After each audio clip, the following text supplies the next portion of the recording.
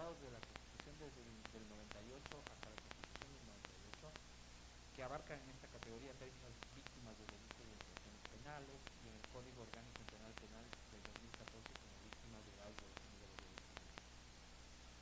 Como decía hace un momento, con este antecedente, es decir, con la protección normativa, con nuestros marcos de protección, con nuestros programas de atención y acompañamiento, orientadas justamente a subsanar las consecuencias del retiro de la vida.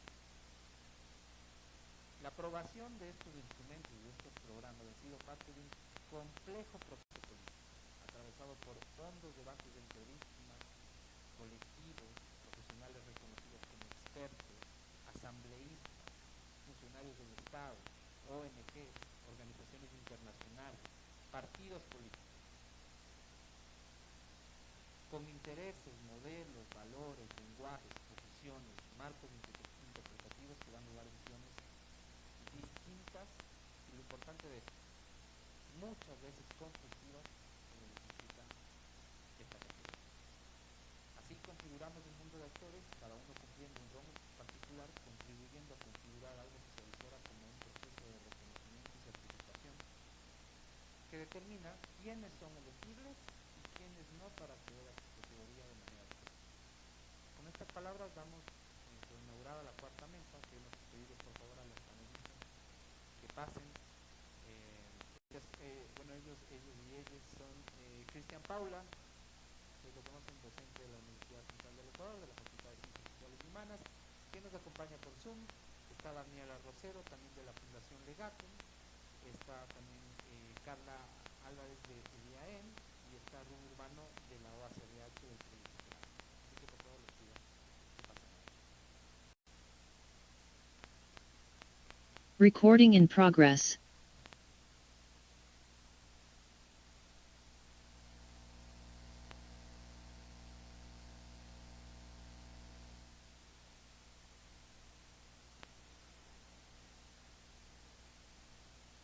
Bueno, la intención del conversatorio no es presentar ponencias, como les había comentado a las panelistas cuando conversábamos en llamadas telefónicas previas, sino es debatir un poquito, reflexionar sobre algunos conceptos en los que siento que desde el campo de derecho hay mucho que pensar y repensar. Sobre todo, quizá desde un planteamiento mucho más interdisciplinario, en el que emergen disciplinas como la sociología, como el trabajo social, como la historia, como la antropología, como la psicología. Para mí es importante que cada una de ustedes interactuemos en nuestra dinámica que hemos planificado para esta mañana.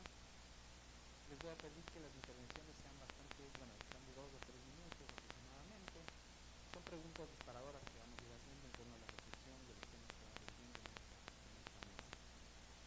Como primera pregunta, me gustaría, yo no voy a leer una presentación de cada uno de ustedes, sino lo que quiero hacer es que ustedes primero nos cuenten un poquito al grupo que está acá presente, a la comunidad universitaria, quiénes son, cuál es su experiencia de trabajo y cómo se han involucrado justamente con estos procesos de desarrollo comunitario. Le voy a dar la palabra a Dani. Muchas gracias. Buenos días con todos y todas. Para mí es un honor estar aquí. Bueno, y para hablar de mí, yo siempre empiezo con un orden, ¿no? Con un orden casi cronológico.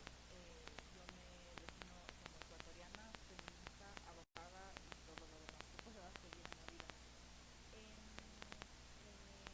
Soy la vicepresidenta de la Fundación Legatum. Con mi fundación nosotras trabajamos en temas de derechos humanos, especialmente a nivel internacional. Nosotros no hacemos litigio, nosotros no acompañamos a víctimas y familiares directamente desde lo jurídico y desde el acompañamiento del día a día, sino más desde el trabajo frente a las Naciones Unidas y un trabajo legislativo. El movimiento de los derechos humanos nace más o menos hace unos 10 años, en el 2014, y desde ese momento he venido trabajando sobre todo en informe sombra para los distintos comités de las Naciones Unidas. Informe sombra, quisiera decir así como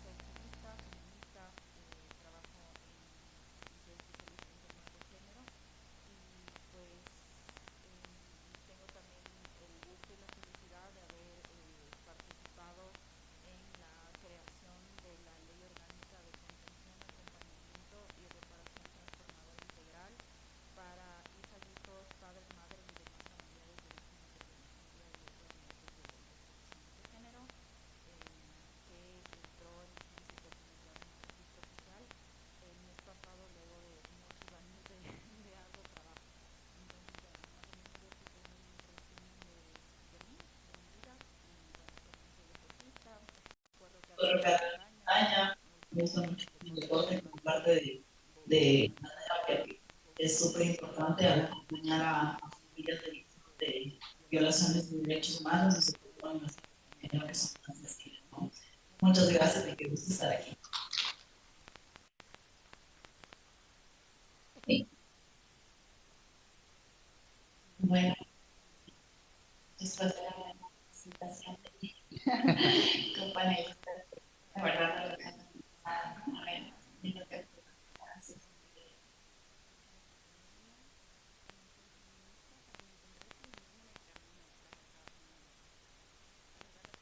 de drogas. O sea, como pegados con algo, otros tipos de sombra, otras formas de asesinato.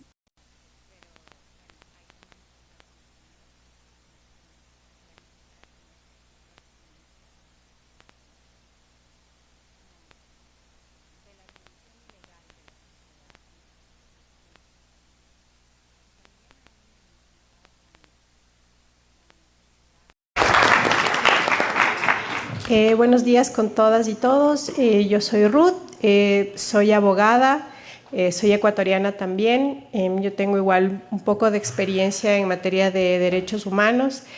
Me he involucrado con el tema de reparación desde distintos ámbitos, principalmente desde el sector público. He llevado adelante varios casos ante el Sistema Interamericano de Derechos Humanos, pero también ante el Sistema Universal. Y ahora específicamente trabajo para Naciones Unidas, para la Oficina del Alto Comisionado de las Naciones Unidas para los Derechos Humanos, y llevo adelante un proyecto que es un proyecto regional sobre conducta empresarial responsable para América Latina y el Caribe en el ámbito de las empresas y los derechos humanos. Y justo en este ámbito pues hay mucho todavía que analizar y que conversar sobre cómo la reparación se puede dar también desde las empresas, que es algo bastante nuevo, y la idea es justamente ver cuál es el enfoque, cómo se está dando, así que conversaremos sobre eso el día de hoy. Perfecto. Ahora vamos a dar el paso a Cristian.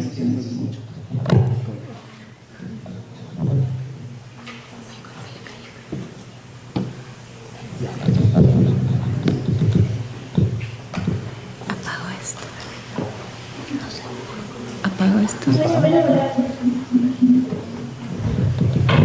Sí, buenos días a todas, todos. Si me confirmas si se me escucha. Sí. Sí. Okay. Sí, se te escucha. Muchísimas gracias por la invitación a Andrés y también un saludo a todas las compañeras del panel, un saludo a todas, todos los presentes.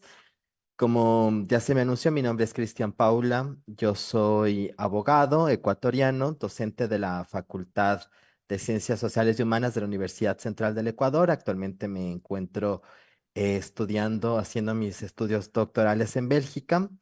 Por, por mi lado, digamos, de trabajo en aplicación práctica en derechos humanos, he venido trabajando más de 10 años en derechos humanos, especialmente sobre los derechos de la población LGBT. Fui parte del proceso de reconocimiento del matrimonio igualitario entre el 2018 y 2019 con la Fundación Pacta. Y también he trabajado con el Comité y la Mesa Nacional de Víctimas de la Comisión de la Verdad del Ecuador. Y en estos espacios hemos trabajado algunos aspectos como la inconstitucionalidad de la ley de reparación de víctimas de la Comisión de la Verdad.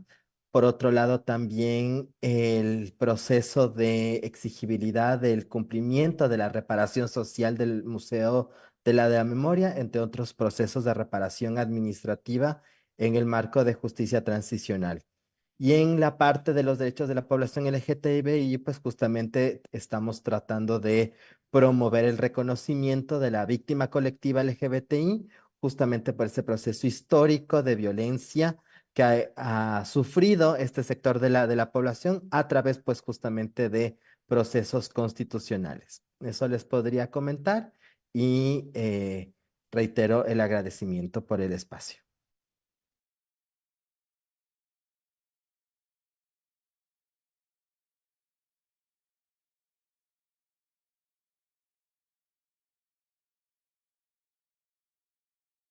los perfiles que acaban de dar los panelistas, ¿no? Con Daniela, bueno, hay algunas cosas que ya hablábamos durante la llamada, porque cuando justamente ella menciona de la necesidad de implementar una ley orgánica de contención, acompañamiento integral y transformadora, a mí me sale, digamos, a la consulta de dos cosas, ¿no? Por ejemplo, la contención y el acompañamiento. Son categorías que no son jurídicas, sino son categorías que vienen más desde la línea de la psicología. En la anterior mesa discutíamos qué es necesario tener esta mirada interdisciplinaria, esta mirada no solo en la teoría, no solo en la discusión, sino también en la implementación. ¿Qué desafíos tú encuentras justamente en caso de que, bueno, ya se implemente la ley, que digamos, cuando vamos ante un juez, ¿no?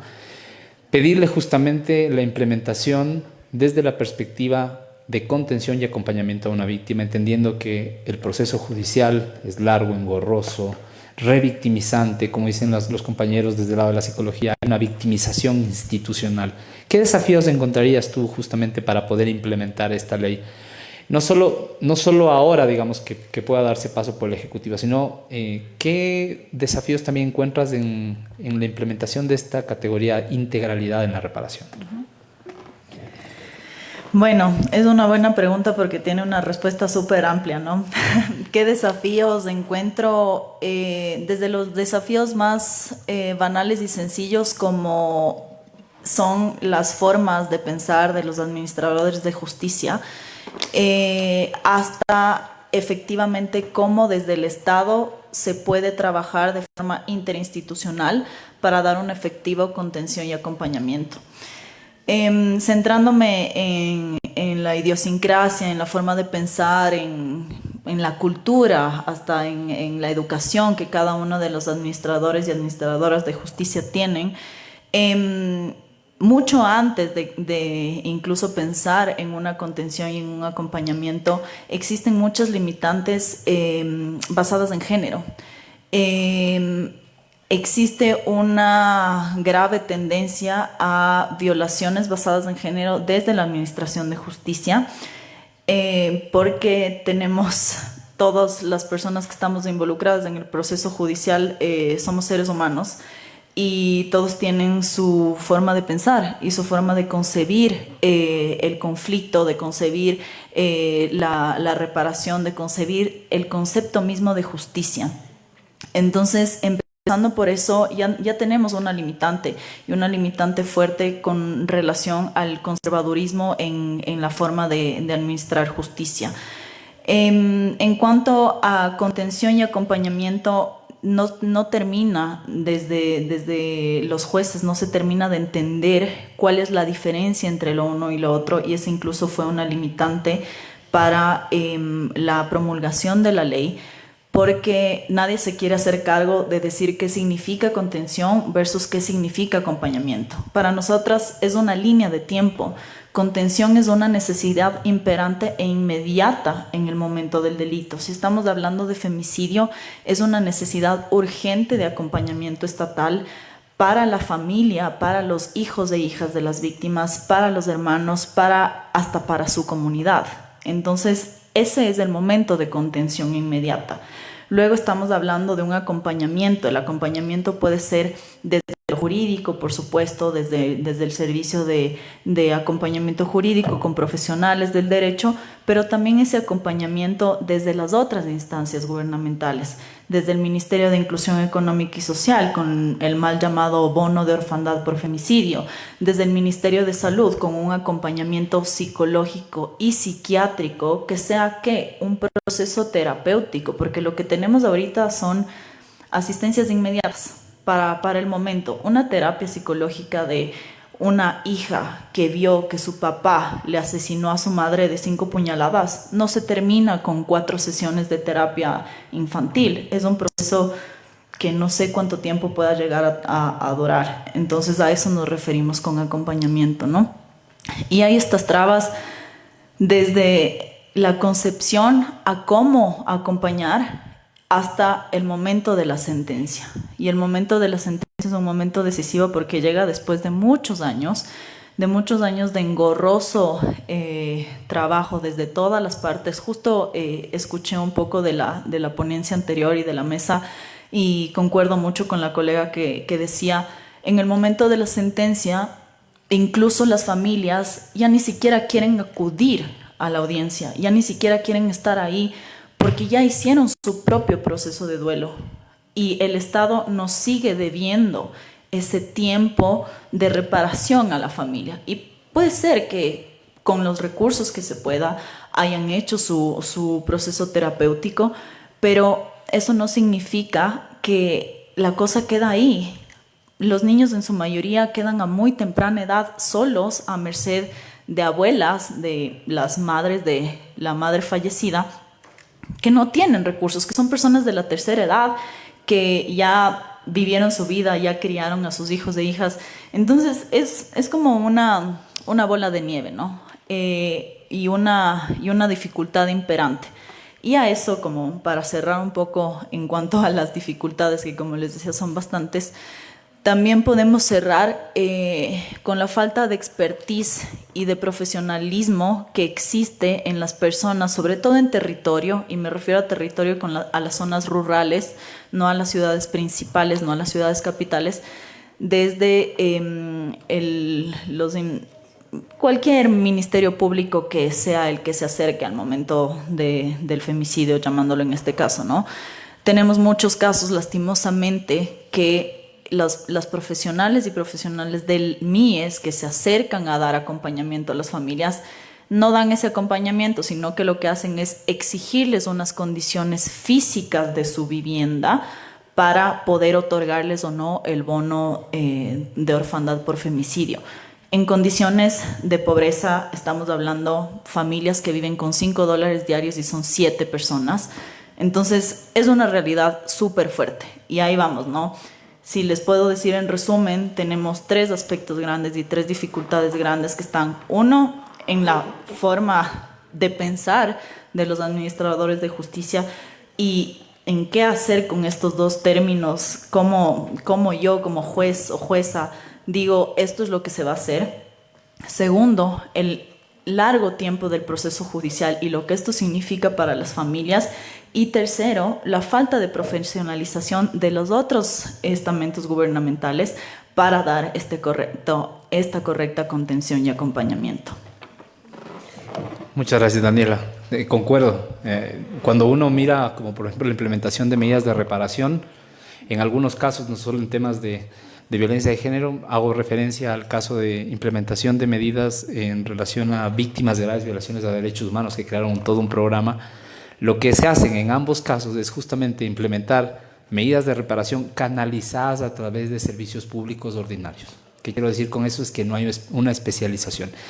Y quizá esa es la perspectiva que dice hace un momento Daniel. Existe un conservadurismo en la forma de administrar justicia. Pero bueno, hay algo que menciona Daniela que es muy importante, el efecto, ¿no? ¿Qué pasa cuando no hay acompañamiento? Cuando niños y niños quedan solos. Y ahí en relación a esta interrogante yo le hago la pregunta a Carla. ¿Qué pasa cuando no llega una reparación integral? ¿En qué situación se encuentran y qué efectos puede tener sobre la vida, sobre el entorno psicosocial, familiar de las personas? Y quizá tú desde la perspectiva de seguridad, ¿qué podrías identificar que sucede con esas vidas? Bueno, como esto es un conversatorio y no quiero conversar solo yo, les voy a preguntar a ustedes. Primero que nada, ¿de qué carrera son? Ah, bien, ok, o sea, no son tan abogados. Bien, la segunda pregunta, a alguien que no sé, que levante la mano. ¿Qué creen que pasaría si su papá mata a golpes a su mamá hoy por la noche? ¿Qué sentirían ustedes mañana por la mañana? ¿Alguien quiere compartir conmigo esta aterradora idea? Solo de pensarlo podría cortarnos el cuerpo, pero ¿alguien me diría qué podría pasar con ustedes? Por favor. Definitivamente un trauma psicológico por el resto de mi vida. Claro. Pero ¿qué pasaría mañana? ¿Qué harían ustedes esta noche? Es que solo de pensarlo me da ganas de llorar. Pero quisiera oírlo de ustedes, porque, por favor. No fue como que me pasó a mí o a algún o sea, cercano. Fue a mi tío, él era policía, y la esposa tenía un amante que en su tiempo, ya pasó 5 años, que nos llamaron nosotros los familiares a decirnos que le habían asesinado estilo sicariato a mi tío en su propia casa, en su propio domicilio, y había sido el amante de su esposa, que por mucho tiempo vivían en el mismo domicilio, pero no convivían. Y aparte, lo traumático aquí es que ella sabía que le iban a matar, la hija sabía, porque tenía una hija que tiene ahorita 24 años, en ese tiempo de haber tenido unos 15, 17 años, sabía lo que estaba sucediendo porque a él le llaman para que salga del hogar, él sale y la mamá enseguida cierra la puerta y pone música. Y la hija estaba adentro con la otra hija que era menor de edad, tenía unos 3 años. Y ahí la que prácticamente describe todo el suceso fue una sobrina de la señora que en ese tiempo estaba de visita y aparte tenía capacidades especiales. Entonces ella describe todo, que prácticamente la hija sabía, la mamá sabía que le iban a matar a mi tío, a su propio papá. Vale, gracias por compartir esto tan íntimo, tan fuerte. Y yo asumo que hubieron también esto de juicios y todo eso, porque lo primero que la familia hizo fue denunciarle a la sospechosa, que fue la esposa, ¿no? Porque hubieron muchos indicios de que por qué cerró la puerta, por qué puso música, porque nos decimos escuchar. Pero, yo pienso que la hija hasta el día de hoy es como que tienen enemistad con la familia de su papá, puesto que ella considera que la mamá no tuvo la culpa. Vale, gracias de nuevo por compartir esto, pero quiero que hagamos como un corte, ¿no? Un corte en el sentido de que, claro, una cosa es el hecho violento, que es muy fuerte, pero para hablar de la reparación, de la contención, para hablar cómo seguir con nuestras vidas, es necesario pensar en los que quedan, ¿vale? Porque, claro, una cosa es el hecho violento que puede estar cargado de información, de detalles macabros, de dolores, pero bueno, pensemos cómo vamos a seguir nuestra vida el siguiente día. ¿Qué vamos a necesitar? ¿Sí? Si nosotros nos ponemos a pensar en ¿qué vamos a hacer al siguiente día de sobrevivir a esto? Podríamos empezar recién a intuir de lo que se habla cuando pronunciamos la palabra reparación integral. Porque si hacemos un recuento así como tratando de ser muy puntuales, ¿no? Vamos a tener que llamar a alguien más adulto que nosotros para poder decir que esto está pasando. Y es probable que tengamos que llamar a la policía. Y es probable que tengamos que llamar a la morgue. Y es probable que le tengamos que contar a la policía, al señor de la morgue, al médico que llegue, al familiar que llegue. Y van a pasar 24 horas en las que habremos repetido la historia 500 veces. Pero después de esto, nuestros familiares se pondrán adelante del juicio y van a tener que ir a testificar y nosotros también. Y tendremos que hacerlo con la trabajadora social. Con el abogado le tendremos que contar, tendremos que ir al juez y tendremos que repetir. Y probablemente la trabajadora social, que en este sentido les pido que se pongan ustedes muy humanos, pues sea como una persona muy agradable, pero el abogado nos va a decir, te voy a hacer preguntas que te serán incómodas, pero necesito hacerte esas preguntas. ¿Tu mamá andaba con alguien? ¿Tu mamá era fiel? Encima del dolor que tenemos que justificarla. Y después tenemos que ir al juzgado y el juez, mientras oye nuestro testimonio, probablemente tome notas en el WhatsApp. Y para nosotros es lo más importante del mundo, pero para él o para ella está esperando la siguiente audiencia porque el caso metástasis no sé qué. Entonces, claro, nuestro brío, nuestra deseo de justicia se va perdiendo. Y vamos dejando que la vida nos pase encima, que la ley nos pase encima. Y viene esto de que no, ya no queremos ir al juzgado. ¿Para qué? Porque ¿para qué? ¿Qué sentido tiene?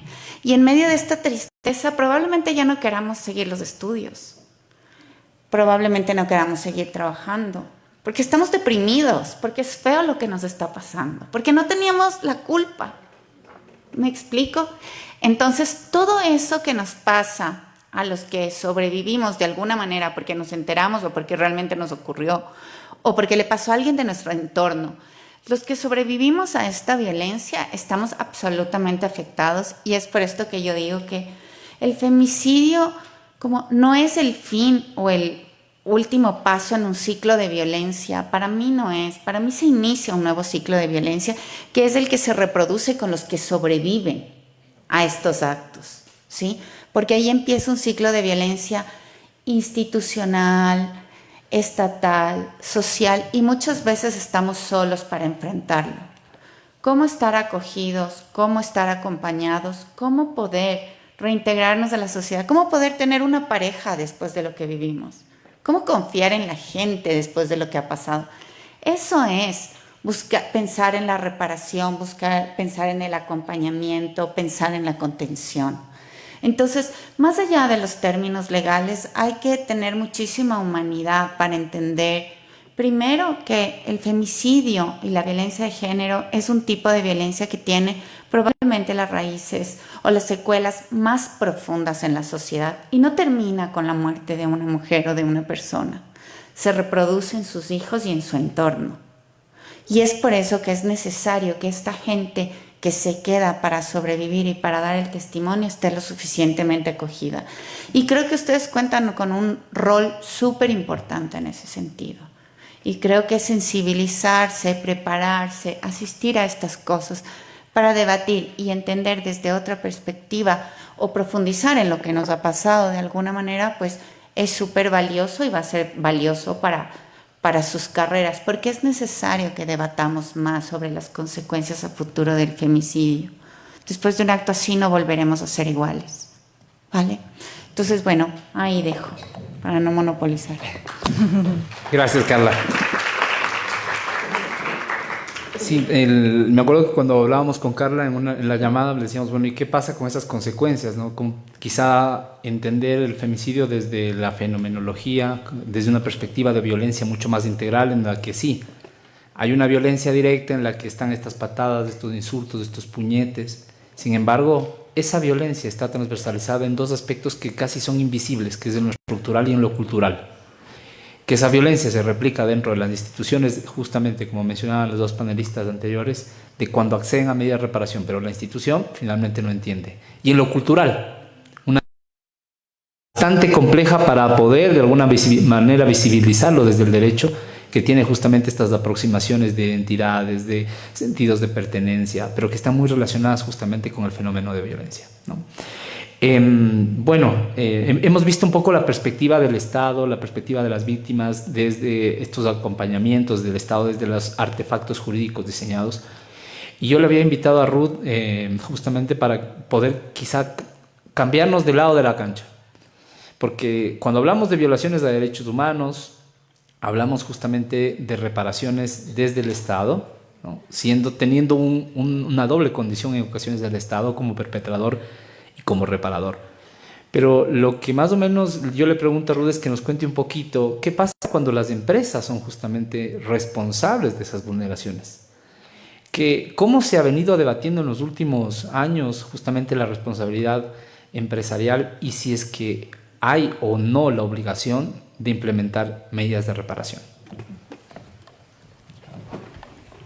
Muchas gracias. Bueno, el tema de empresas y derechos humanos, por lo general, no todos lo entienden como vinculado, sino como algo totalmente distinto, porque se entendería que parten de lógicas diferentes, pero en realidad hay mucho relacionamiento, sobre todo en este mundo tan globalizado en el que vivimos ahora. Y justamente a partir de la década de 1970 y con todo el crecimiento muy acelerado de la globalización, se empezó a identificar varios abusos de derechos humanos que fueron cometidos por las empresas y que fueron identificados, fueron documentados, y a raíz de esto, pues la comunidad internacional, viendo que no eran casos menores, existen casos muy emblemáticos, muy fuertes, con varias personas que han muerto en contextos de actividades empresariales empresariales o que han tenido otro tipo de afectaciones, y es así que la comunidad internacional pues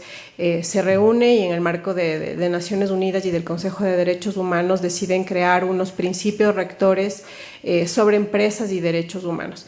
Y yo traigo a colación este documento, esta normativa que tiene aceptación internacional porque establece 3 pilares, ¿no? Primero, como este deber ineludible que tiene el Estado de proteger la afectación a los derechos humanos de terceras personas, incluidas las empresas, y la responsabilidad que tienen las empresas de respetar los derechos humanos. Pero existe un tercer pilar porque señala estos principios rectores de que las empresas en su deber general de prevención deben establecer procesos de debida diligencia para prevenir cualquier daño o afectación sobre los derechos humanos, pero cuando esto no ha sido suficiente o incluso cuando el Estado no ha cumplido su obligación de proteger y ya existe un daño, existe un abuso de derechos humanos o una violación a derechos humanos, viene el tema de la reparación.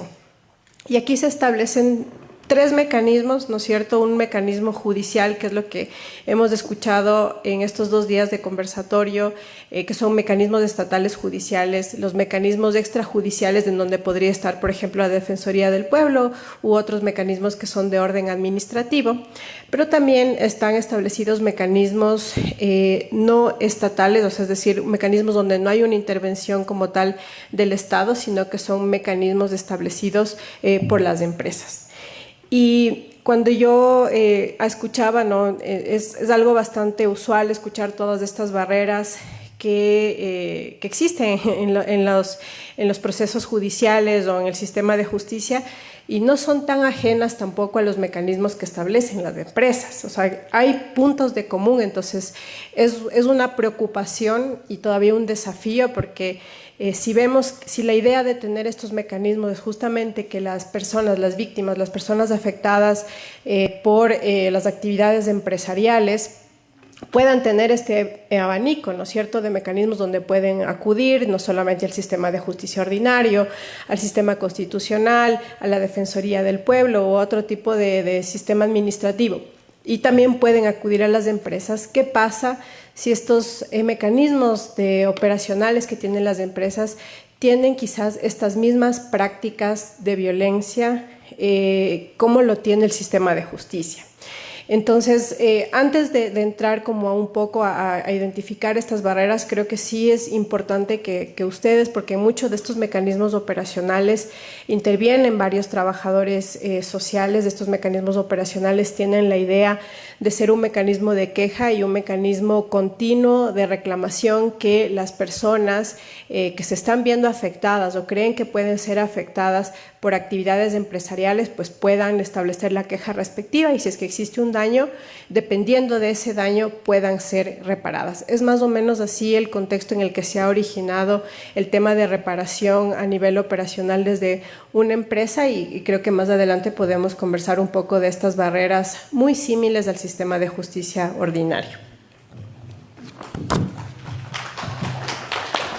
Muchas gracias, Ruth. Sí, hay algunas cosas que me quedan a mí sonando como para poder repreguntar, sobre todo en estas barreras operacionales, ¿no? En el anterior panel abordamos esta necesidad de certificar, ¿no? Entonces, que viene desde la perspectiva psicológica, desde el derecho, desde la perspectiva médica, ¿no? Porque también vemos que hay víctimas, es un campo enorme, ¿no? Entonces, en la certificación justamente estas disciplinas juegan tienen un amplio debate y unas diferentes perspectivas.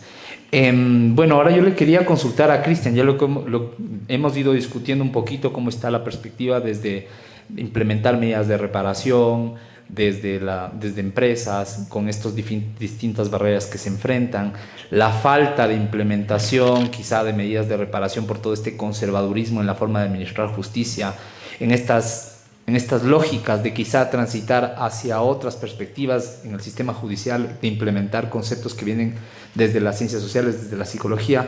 Yo aquí quiero preguntarte algo que ya hemos venido conversando durante años. Con Cristian acompañamos a varios colectivos y comités de víctimas y en lo que quizá nos hemos enroscado un poco en conversar. ¿Qué significa ser una víctima colectiva? ¿no? ¿Qué implicaciones tiene una víctima colectiva? Está desarrollado en algunas normativas, incluso en la Ley de Reparación a Víctimas del 2013, pero ¿qué implicaciones tiene la colectividad? ¿No? Y además que esto quizá lo vincules con el análisis y el acompañamiento que haces profesionalmente.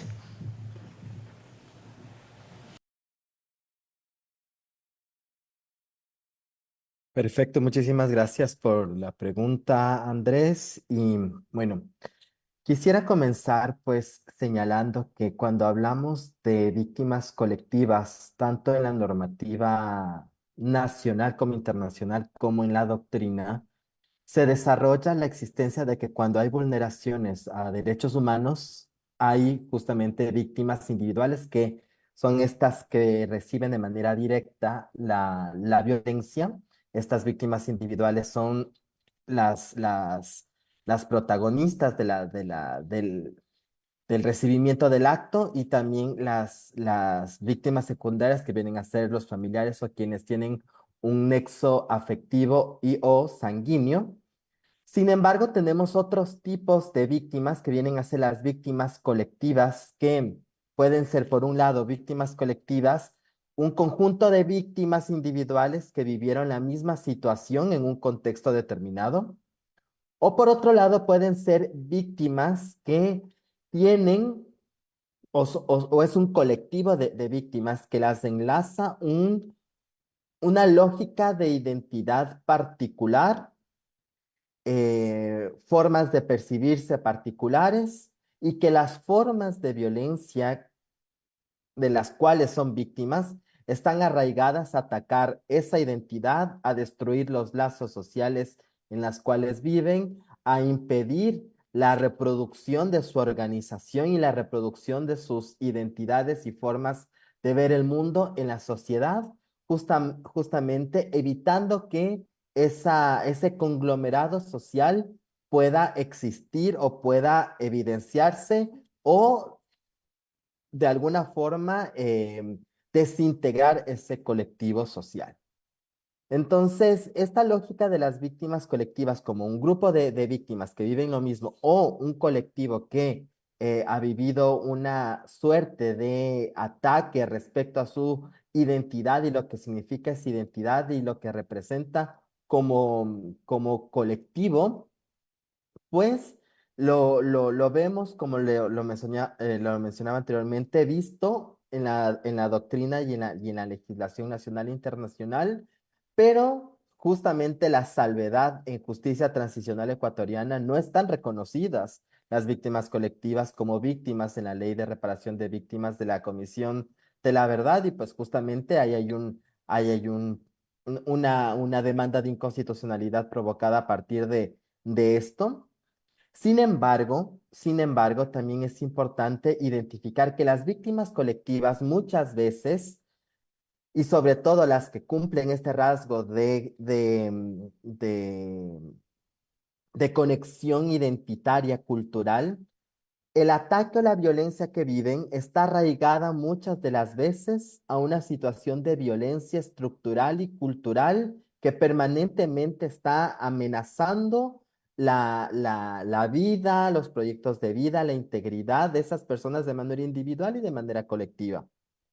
Sobre todo, por ejemplo, voy a poner en consideración ejemplos como las mismas mujeres, la población LGBTI, los pueblos y nacionalidades indígenas, personas afro, personas con discapacidad, que históricamente podemos hablar básicamente desde el siglo II después de Cristo, incluso antes, han vivido mecanismos a través de la occidentalización de la vida en los cuales se ha creado una otredad, y esta otredad ha hecho pues que se creen prejuicios alrededor de estos grupos de personas, generando condiciones de infrahumanización.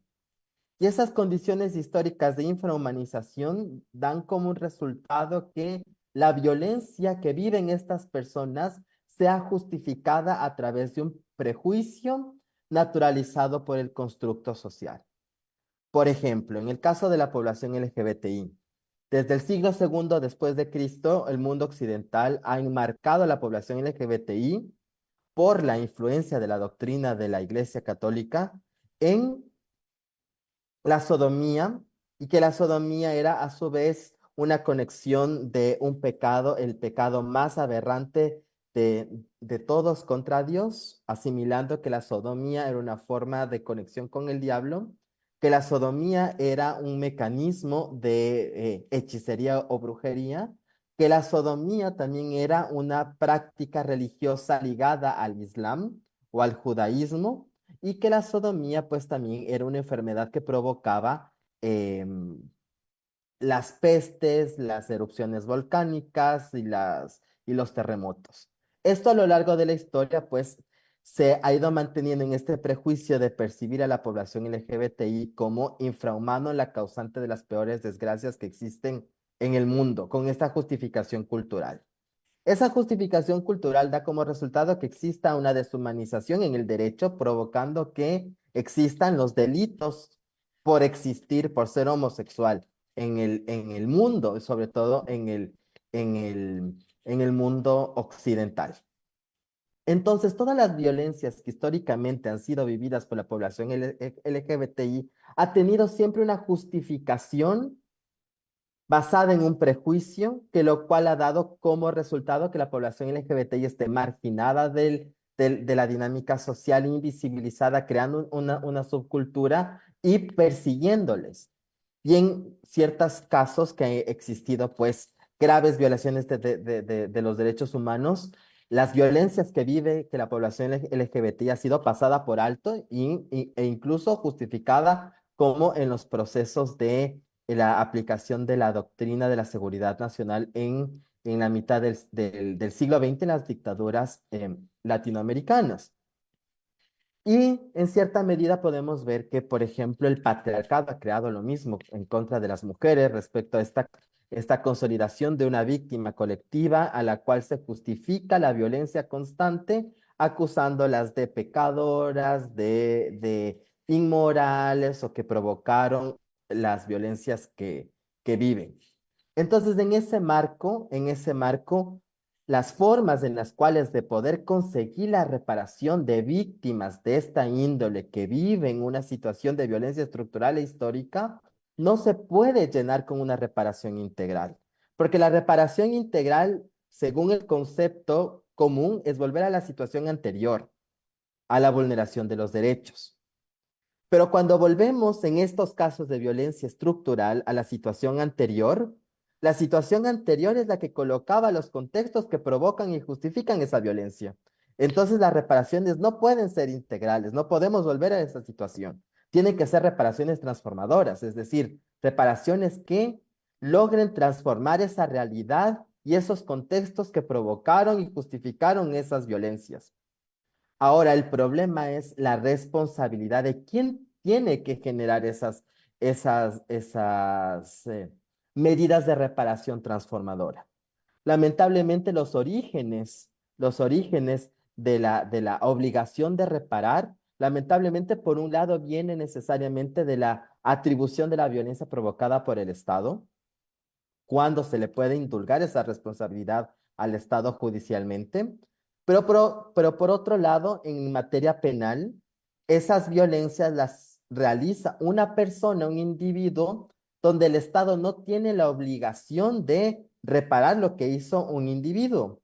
Sin embargo, la reparación transformadora debería evidenciar, pues justamente, que los contextos históricos y culturales motivaron a ese individuo a provocar un determinado delito, en este caso un femicidio o un delito de odio, por ejemplo, en las cuales el Estado tiene que generar mecanismos simbólicos, culturales, para eliminar estas prácticas que focalizan un tipo de violencia a estos grupos históricamente discriminados. Entonces la práctica de la reparación va mucho más allá de los casos individuales, sino lo que se tiene que indagar son las construcciones históricas, estructurales, que han motivado al desarraigo, a la exclusión o a la deshumanización de ciertos grupos humanos, con los cuales ese discurso ha justificado ciertas violencias que la reparación debería tratar de desarmar para reconstruir otros imaginarios y reinstalar otros imaginarios en la sociedad y así transformar esa historia y esa cultura de violencia constante. Bueno, muchísimas cosas que quedan aquí, ¿no?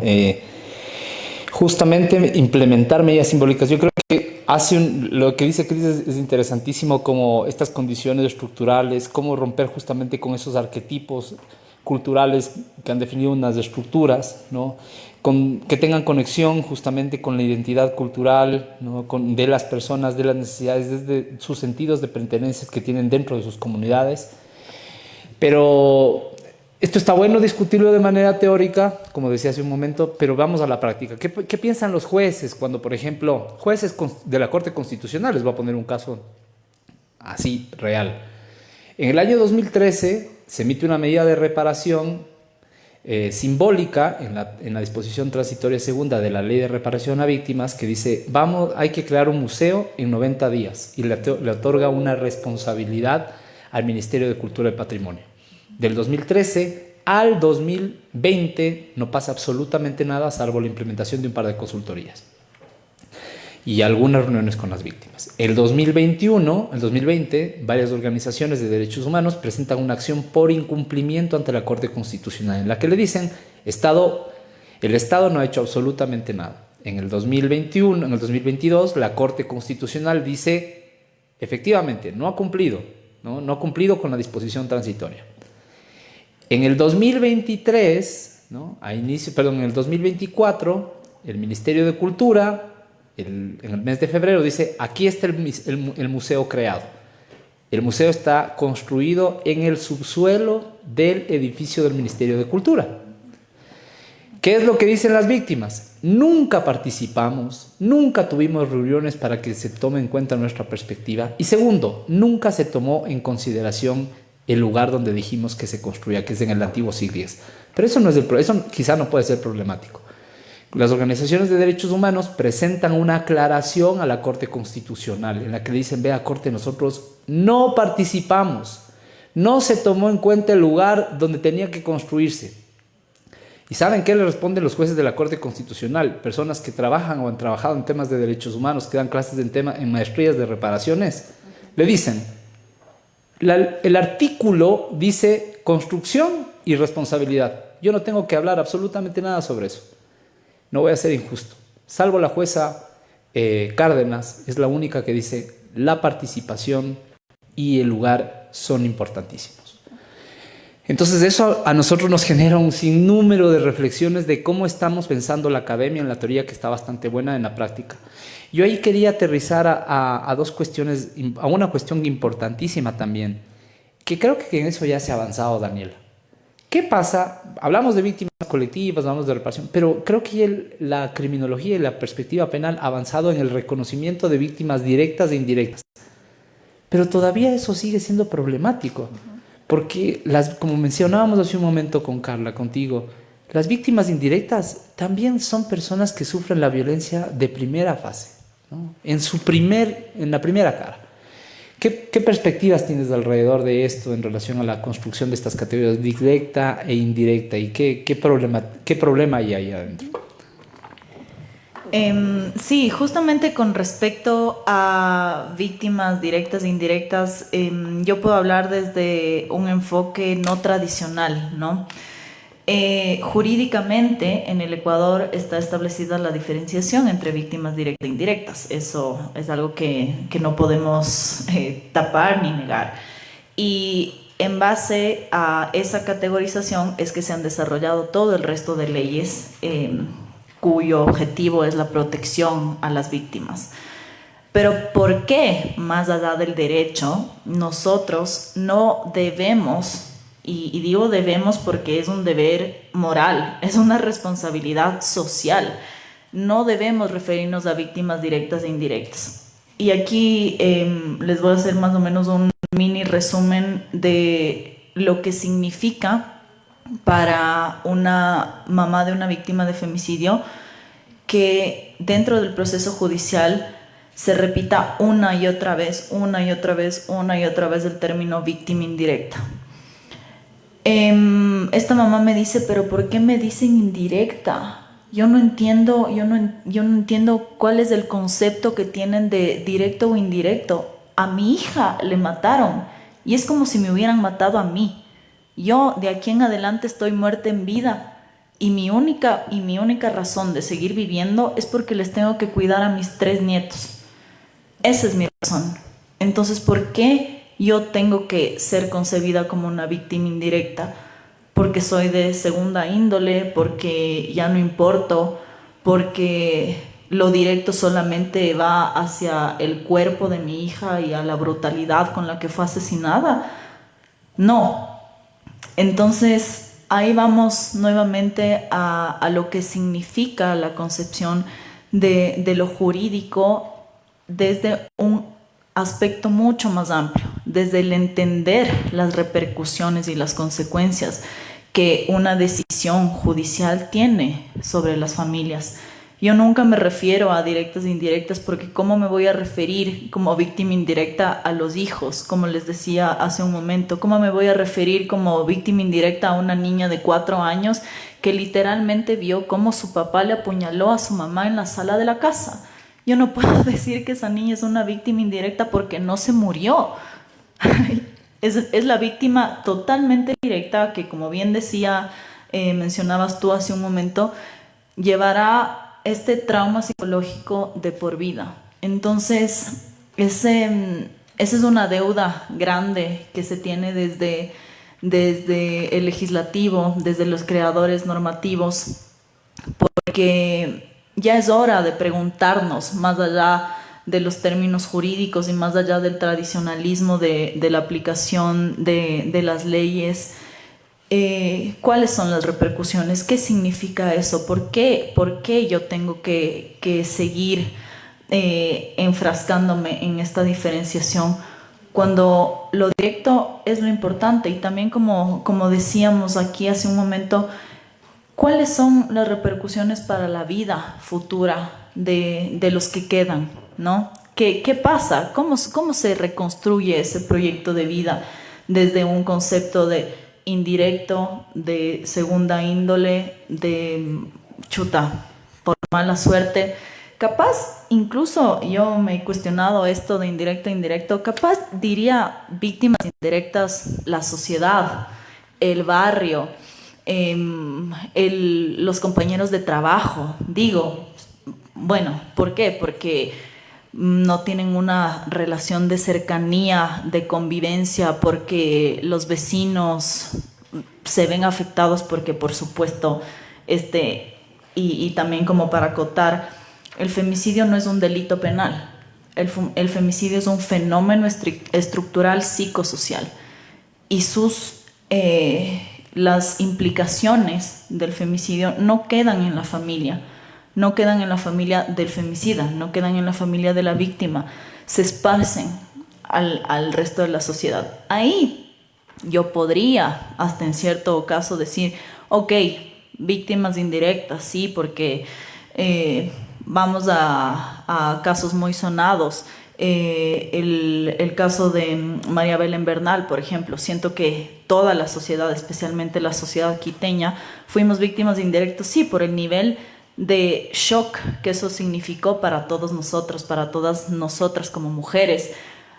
Diría que incluso hasta para los policías que no tenían nada que ver y que ven que la institución para la cual trabajan está involucrada en este tipo de delitos. Puedo hablar de víctimas indirectas, pero el hijo de María Belén Bernal no es una víctima indirecta. Elizabeth Otavalo, su mamá, no es una víctima indirecta. Son víctimas directas que están llevando día a día lo que significó esa muerte y que a día de hoy siguen en audiencias, siguen en procesos, incluso, y aquí como también para cerrar, incluso pidiendo que las audiencias, por lo delicado del delito, por lo delicado del tema, no sean audiencias telemáticas para que de la otra parte se excusen de que no les sirve la señal o no funcione el internet. Que demos al menos ese mínimo de respeto y le entreguemos el tiempo y las audiencias personales que se merecen las familias para llevar a cabo y para continuar con sus procesos judiciales. Muchas gracias. Con Carla, bueno, también habíamos conversado justamente sobre qué efectos tiene justamente el que no se implementen medidas de reparación integral. Pero yo hoy quisiera como trasladarlo a la coyuntura, al momento actual, a que se haga quizá un link entre estas personas que no están reconocidas, no están reparadas, y también cómo se está, digamos, abordando el tema de seguridad en este momento, ¿no? Cada vez en la consulta popular nos imponen dicen más penas, ¿no? El incremento de penas va a mejorar esto. Vemos que desde el 2014 han existido más de 3 reformas al Código Orgánico Integral Penal y la ola de violencia ha disminuido en vez de bajar, ¿no? Aumentado en vez de bajar.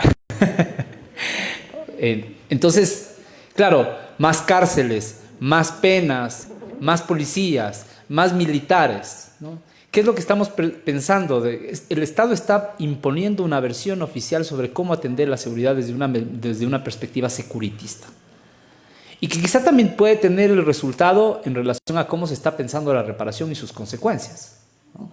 Entonces hay una perspectiva de seguridad, pero no hay una respuesta en relación a las necesidades y a los contextos de las familias y de las personas que están, digamos, transitando este momento doloroso. Pero también hay que hacer algo, también no hay un proceso de rehabilitación ni de reinserción. En una de las preguntas de la consulta se votó en contra de la reinserción, de los procesos de reinserción, que es algo que no hemos conversado en las clases, ¿no? Que es algo inaudito. Pero a Carla, bueno, decirle eso, como preguntarle, más bien como una reflexión, no tanto una pregunta.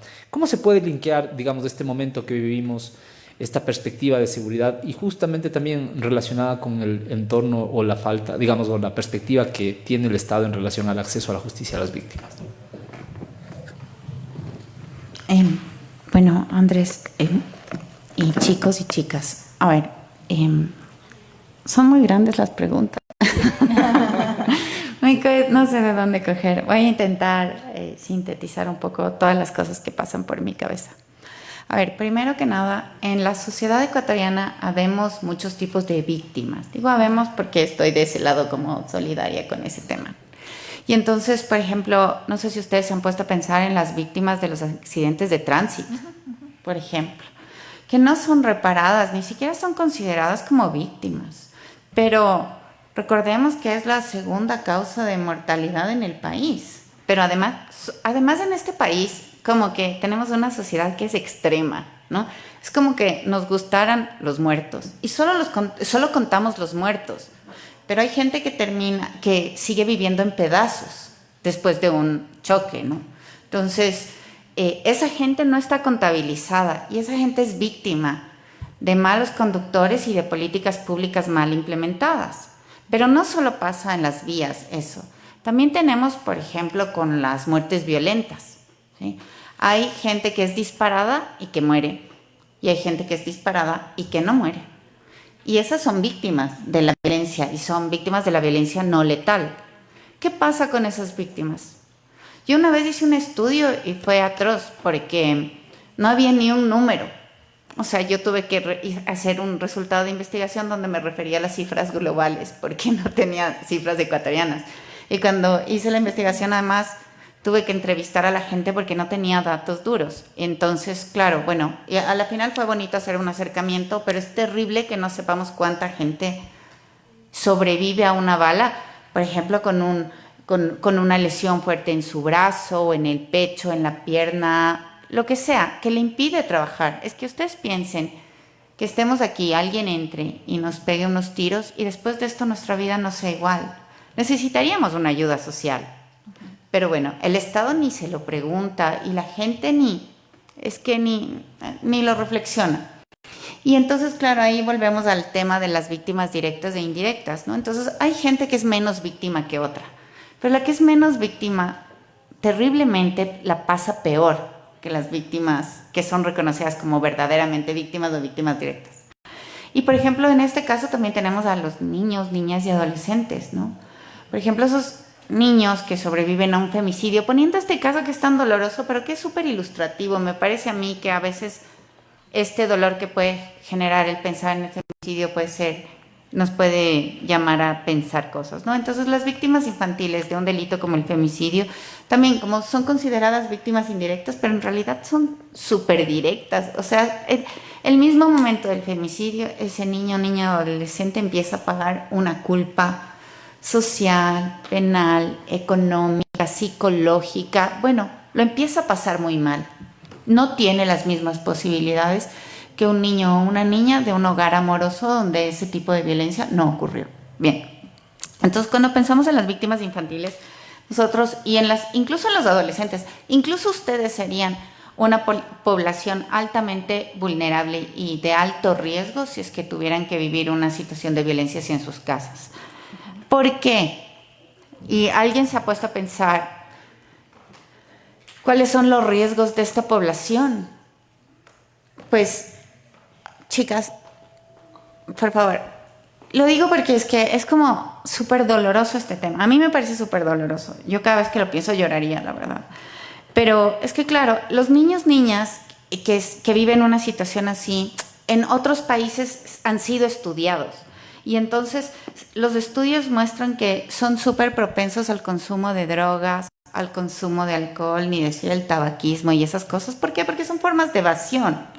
Pero claro, que cuando se evaden, se drogan, consumen alcohol, también son propensos a estar insertos en ciertos comportamientos de agrupaciones, por ejemplo, delictivas. Entonces son súper propensos al reclutamiento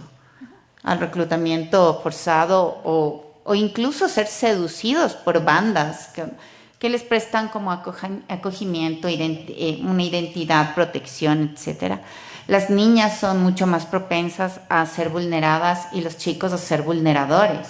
Es decir, hay un patrón de reproducción de un comportamiento negativo en la sociedad. Entonces ustedes piensen que si por cada mujer asesinada se quedan 3 niños en promedio, pues multipliquen cada mujer asesinada por 3 posibles reclutamientos en una banda criminal. O sea, hay una potenciación de la violencia tan brutal que creo que es importante pensarla en este espacio. Y claro, también imagínense chicas vulneradas en prostitución, voluntaria o no, o chicos que pueden ser perpetradores. O sea, creo que hay que pensar en el factor exponencial, en los riesgos de este tipo de población, es bien importante. Entonces, este tipo de población tiene una necesidad de protección súper fuerte para no ser un factor de inseguridad en el mediano plazo. Y esta protección necesita que el Estado sea el garante de esta protección, ¿no? Pero el Estado es vulnerador. Ese es el problema, pero nosotros hablamos del Estado como una entelequia, como una gelatina, pero en realidad todos somos el Estado. Sí, nosotros como funcionarios públicos, yo como funcionaria pública soy el Estado. Y ustedes van a ser el Estado cuando los contraten en una institución pública. Entonces, no pensemos que el Estado pasa por encima de nosotros. Nosotros somos el Estado y si no tenemos una conciencia vamos a ser ese Estado vulnerador. ¿Vale? Entonces, este Estado vulnerador que no protege a esos niños en riesgo que han sido víctimas de unas violencias estructurales, bueno, ese Estado no paga a los niños que tienen estas compensaciones, a los niños que son súper pobres, ¿no? Entonces, cuando llegan al MIES, las familias con los niños hijos del femicidio, el MIES les dice, demuéstrame con tu sangre que eres pobre. Y así, casi que no hay nada que demostrar, que sale a la vista, ¿no?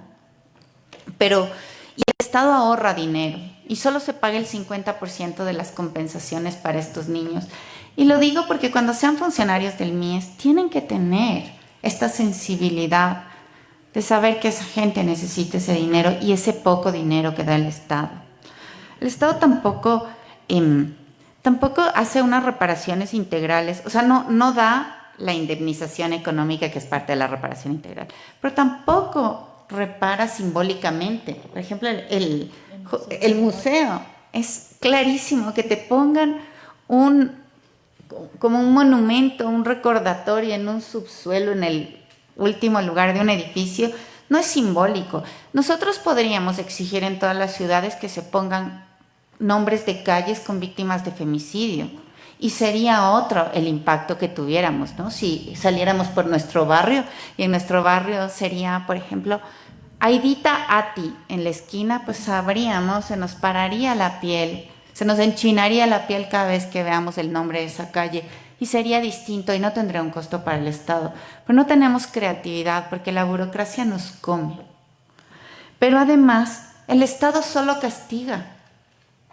O sea, lo que es muy probable que para un femicida de bajos recursos, que no tenga palancas, que no tenga cómo pagar nada, el destino sea la cárcel. Y bueno, pasará 30 años en la cárcel y saldrá y no se reinsertará, no se rehabilitará, nadie lo querrá. Y generalmente esta gente que comete estos delitos, y esto es solo un ejemplo de todo lo que pasa, repito, esta persona que cometa este delito lo haya cometido a los 28 años. Entonces, después de 30 tendrá 58, todavía tendrá vida por delante. ¿Qué va a hacer esa persona? Seguro nada bueno, porque ya habrá cortado todos sus lazos sociales, familiares, económicos. Y entonces así vamos generando como una sociedad que funciona mal, que no se piensa bien, que no se piensa mejor, que no piensa en que la violencia tiene unos impactos enormes de largo plazo, que es necesario que repensemos la justicia, la reparación, las víctimas desde otro punto de vista. Yo estoy tratando de un poco escandalizarlos, ¿no? Producirles un cierto estupor con estos ejemplos, para que ustedes se piensen profesionalmente y piensen qué posibilidades tienen de cambiar esta realidad, porque esto tiene un impacto de largo plazo en la seguridad, pero también en la sensibilidad que tenemos como sociedad y en cómo vamos a vivir nuestro futuro, ¿no? Entonces, bueno, ahí les dejo esta reflexión y ya le doy la palabra. Gracias, Carla. Bueno, ahí entrando en el territorio de Ruth, ¿no? Es porque hablamos mucho de una responsabilidad estatal, hablamos de la necesidad de voluntad política, de presupuesto, de sensibilidad. Pero pensemos qué pasa si es que hay el presupuesto y hay la voluntad política. No sé si esas pueden ser como dos factores importantes, o desde tu experiencia en el trabajo, ¿cómo se mira justamente? ¿Cómo la empresa, hay más facilidad de que la empresa implemente, está trabajando con equipos de evaluadores que conocen qué pasa con las comunidades? No sé, cuéntanos un poquito porque es bastante nuevo para todos escuchar eso. Ya. Bueno, los mecanismos que pueden establecer las empresas en un inicio se ha pensado que podrían ser un poco más accesibles para las personas que han sido afectadas, para las víctimas, que no tendrían un costo elevado, como es el caso del sistema de justicia y entre otras barreras que se pueden presentar. Sin embargo, cuando yo hablaba de estas barreras que son muy similares a lo que hemos conversado entre ayer y hoy, está, por ejemplo, la desconfianza. Un desafío muy importante que todavía tienen las empresas en estos mecanismos de reclamación a nivel operacional, como están denominados generalmente, es una desconfianza de las personas que han sido afectadas, de las víctimas, de acceder a la empresa. Primero, porque muchas veces pueden incluso desconocer que existen estos mecanismos, porque también existe una asimetría de poder entre empresas y víctimas. O sea, aquí no estamos necesariamente hablando de empresas pequeñas, sino empresas grandes, empresas transnacionales que tienen una importante presencia y un importante poder, no solamente aquí en el Ecuador, sino a nivel transnacional. Entonces, hay a veces esta desconfianza de decir, bueno, si es esta empresa la que ocasionó este daño a nivel ambiental o a nivel de la vida, de la integridad de las comunidades o de otras personas, tengo yo esta confianza de acceder a este mecanismo, que es algo que ya hemos escuchado también en el sistema de justicia. O sea, hay personas que dicen, no confío en el juez, no confío en el fiscal, etcétera. Entonces vemos que puede ser un elemento que también se repite en este mecanismo. Por otro lado, también otro de los aspectos que todavía surge igual como un desafío es esta falta de participación de las personas afectadas. O sea, o de entender por parte de la empresa cuál es el contexto que han tenido las víctimas y qué es lo que están pidiendo y qué es lo que ellos necesitan. Entonces, hay un ejemplo, un caso que pasó hace muchos años, no aquí, pasó en Sudáfrica, en un contexto de una actividad extractiva como es la minería, en la que fallecieron, más bien dicho, fueron ejecutados por parte de la fuerza pública alrededor de 70 personas que trabajaban en la mina. Hubo enfrentamientos también entre el personal de la empresa de seguridad con los trabajadores. Y claro, entonces sucedió todo esto y la empresa en un inicio se iniciaron también los procesos judiciales a nivel civil, a nivel penal, y la empresa también dijo, bueno, voy a realizar ciertos actos reparatorios. Pero nunca en todo este proceso, en toda esta etapa, toda esta dimensión que tiene la reparación, que es la parte procesal, como tal, la empresa nunca reconoció su responsabilidad, por ejemplo, que es algo también muy importante. Entonces la empresa, cuando hacía tal o cual acto, decía, es un acto en solidaridad a las personas, pero nunca reconociendo que hubo un daño, una vulneración a sus derechos y que estaba la empresa obligada también a contribuir o a reparar esos daños. Y, por ejemplo, entre las medidas de reparación que establecía la empresa, era, por ejemplo, darles trabajo a las mujeres que se quedaron viudas. Entonces, las mujeres decían, ¿cómo puede ser una medida de reparación mi propio trabajo? O sea, ¿cómo puede la empresa decirme, me dio trabajo y me está pagando por el trabajo que yo estoy realizando? O, por ejemplo, les decía, bueno, les vamos a dar casas, pero les daban casas en sitios, o sea, en unas comunidades en las que, por ejemplo, no había servicios básicos o en las que era difícil de acceso. Entonces, nuevamente vemos estas prácticas repetitivas, que se podrían decir incluso, o sea, vulneratorias de no entender lo que necesitan las víctimas. Entonces, y claro, y obviamente de no lograr esa reparación efectiva, que es lo que se necesita, o una reparación de efectos estructurales que son necesarios justamente para reparar a todas las personas que han sido afectadas. Generalmente igual las empresas, ahora no sé si ustedes, me imagino que han escuchado mucho de la responsabilidad social empresarial, ahora se habla de la conducta empresarial responsable, que son por ahora todavía prácticas voluntarias, reputacionales que establecen las empresas o de responsabilidad con el ambiente, con la gobernanza, con el tema social, donde ahí entra el tema de derechos humanos, pero todavía no es un tema obligatorio, ¿no? Hay disposiciones que obviamente las empresas tienen que cumplir y lo hacen a través de sus oficinas de cumplimiento, pero no tienen ese enfoque de derechos humanos. Entonces, cuando sucede una vulneración, cuando sucede un daño, pasan estas cosas al momento de la reparación. Y de igual modo, también hay una falta de conocimiento de los diferentes actores involucrados sobre las distintas posibilidades que tienen de reparación. Hay, por ejemplo, muchas dificultades culturales en el idioma. Nuevamente, por ejemplo, en el sector extractivo se han identificado casos en los que, por lo general, las comunidades o los pueblos y nacionales indígenas son mayormente afectados. Y hubo un caso de una empresa minera que en el momento en el que empezó con la explotación derribó un árbol, que era un árbol milenario y de mucho significado para la tierra, para el territorio de estas comunidades indígenas. Y la empresa minera, ¿cómo entendía la reparación? Entonces, por ejemplo, yo decía, bueno, si es que yo dentro de la explotación derribé una casa, tenga la casa. Si es que derribé o si es que dentro de la explotación murieron 10 animales, le doy los 10 animales, pero sin entender el vínculo que había. Y cuando la comunidad lo que dijo, yo quiero que se reponga o qué pasa con el árbol que se derribó, ya no había esa restitución, o sea, ya no había esa reparación, porque para ellos tenía un significado diferente que la empresa, por ejemplo, no lo supo ver. o no lo sabe entender, todavía no llegan a ese nivel de entender el contexto de dónde están trabajando, de dónde están operando, que también es parte de este proceso de debida diligencia y de todo este proceso de consulta y participación que deberían tener las empresas con las personas, con las comunidades que están potencialmente afectadas o ya se han visto afectadas por sus operaciones.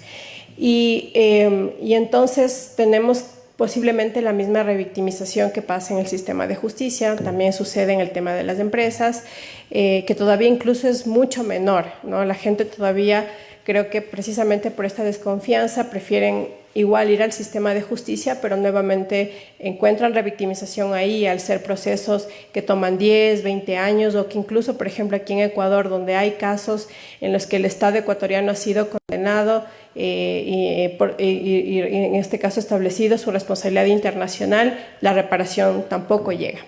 Entonces todavía existen estos desafíos que hay que repensarlos y que ustedes también como trabajadores sociales, como les decía, en todo este proceso de diálogo y de participación que tienen las empresas, participan mucho los trabajadores sociales y es muy importante que ustedes tengan como esa otra mirada y se pueda aportar mucho más a estos procesos de reparación. Muchísimas gracias, Ruth. Bueno, por el tiempo voy a preguntar una cosa a Cristian y de ahí les voy a pedir que todos los compañeros y compañeras que nos acompañan el día de hoy pensemos en algunas preguntas y reflexiones para el panel, ¿no? Ahora vamos a preguntar a Cristian unas cositas, pero a continuación ustedes participan. Cris, no sé si me escuchas. Bueno, yo hago una reflexión también en relación a lo que comentaba Cris hace un momento, en ese reconocimiento justamente como el carácter de una víctima colectiva. Yo recuerdo que en una reunión en el año 2018 estuvimos en la Defensoría del Pueblo y se pensaba hacer una reparación colectiva. Entonces nos reunimos con algunas organizaciones como Cochinelli, como Nueva Cochinelli, como Años Dorados, cada uno con un significado distinto a lo que implica la reparación. Entonces proponíamos una disculpa pública por parte del Estado, por parte de la ministra del Interior, que en ese momento era la María Paula Rom. Íbamos a proponer, les reunimos para justamente proponerles estas disculpas públicas. Nos reunimos con los colectivos y ¿saben qué nos dijeron?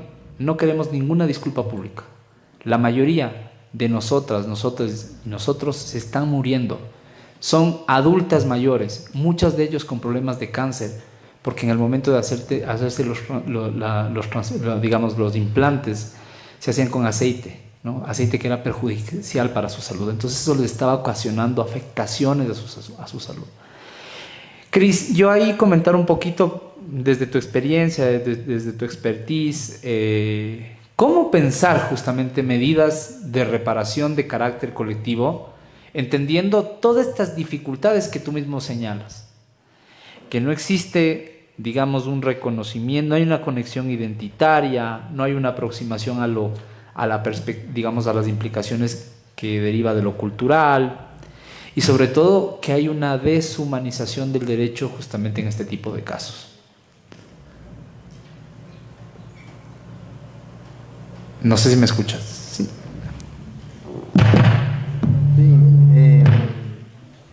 Bueno, en el caso ecuatoriano, formalmente no hemos todavía iniciado una reparación colectiva. Sin embargo, el proceso de construcción de una reparación colectiva y transformadora, sobre todo, podemos marcar sobre todo el caso del campo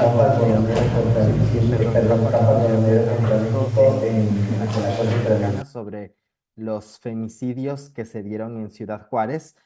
En este espacio, en este espectro, la Corte Interamericana justamente habla de las reparaciones transformadoras con un sentido social y colectivo, justamente para mandar mensajes a la sociedad en las cuales cierto tipo de conductas, cierto tipo de prejuicios, de estereotipos, eran perniciosos y que repercutían en casos específicos sobre muertes violentas de mujeres en ese caso. En el caso particular, pues justamente que la Corte Interamericana determina que esta reparación simbólica, social, es la construcción de las cruces cerca de la función judicial de la, de Ciudad Juárez para que la función judicial recuerde siempre que utilizaron prejuicios y estereotipos para evitar em,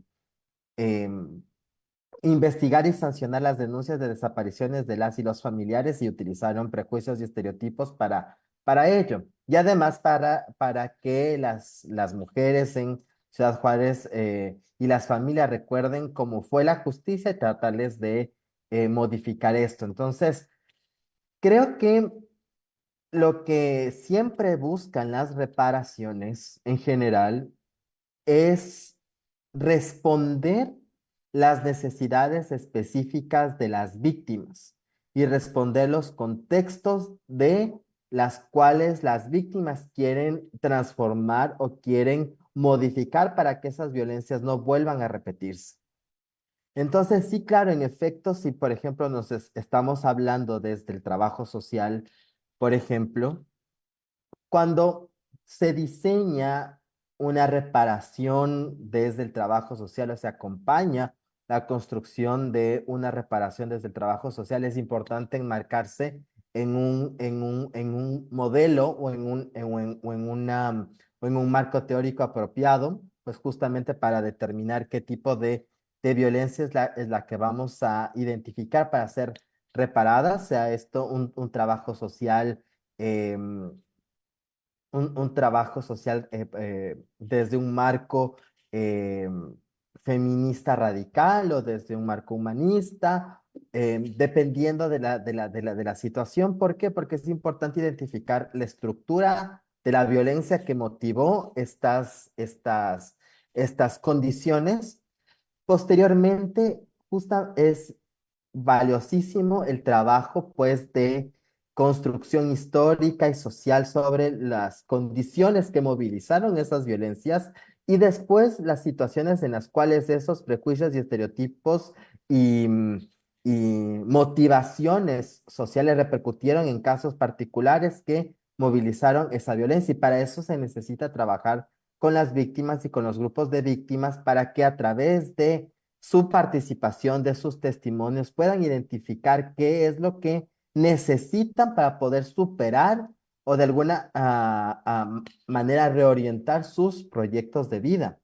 En el caso particular de las víctimas colectivas, pues a veces resultará un poco complicado poder reunir a todas las personas que son parte de esa colectividad porque muchas veces pueden ser personas transgeneracionales. ¿A qué, qué implica esto? Por ejemplo, en el caso que tú mencionabas de la población LGBTI, hay muchas víctimas de la violencia estructural y de la violencia cultural que puedan vivirla de diferentes maneras en varias generaciones. Entonces, por ejemplo, las víctimas de la población LGBTI que vivieron la criminalización de la homosexualidad en el Ecuador vivieron de una forma determinada esta violencia. Las personas LGBTI que nacieron después de la despenalización vivieron de otra forma, pero hay un rasgo eventualmente que conlinda esas formas distintas que vivieron las violencias, esas generaciones que son los prejuicios y los discursos prejuiciados en contra de las orientaciones sexuales y de género, pero las violencias directas, digámoslo de alguna forma, son distintas.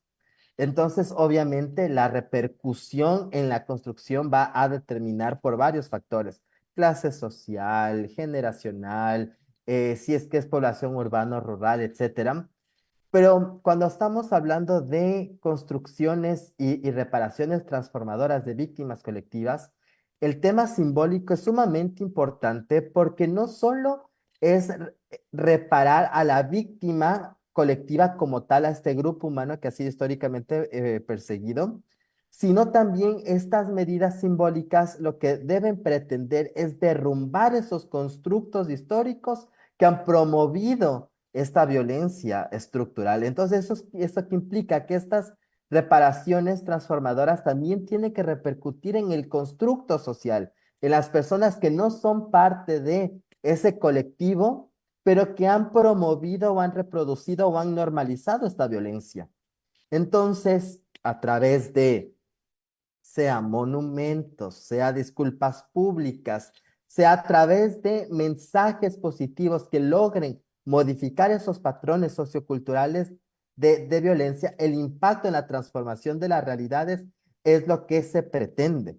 Y es así pues que no hay una receta para diseñar medidas de reparación, no hay una receta específica, pero sí lo que existe son lineamientos como la participación, el tema de la escucha activa, y en la escucha activa también puede significar el respetar el derecho al olvido de muchas personas o grupos van a solicitar que no se hable nada de sus casos, también es igualmente respetable. Entonces, lo que sí debemos pues justamente es identificar un proceso centrado en las víctimas, de las necesidades, sin olvidar el contexto y que el efecto de las reparaciones no solo es de las víctimas, sino también en la sociedad en las cuales esas víctimas desarrollan y desarrollarán sus proyectos de vida. Muchas cosas para debatir, pero bueno, les toca a ustedes, compañeras y compañeros. ¿Qué reflexiones les generaron, digamos, los diferentes análisis que hemos abordado durante la mañana del día de hoy? Bueno, Ferdinand, ya lo veo.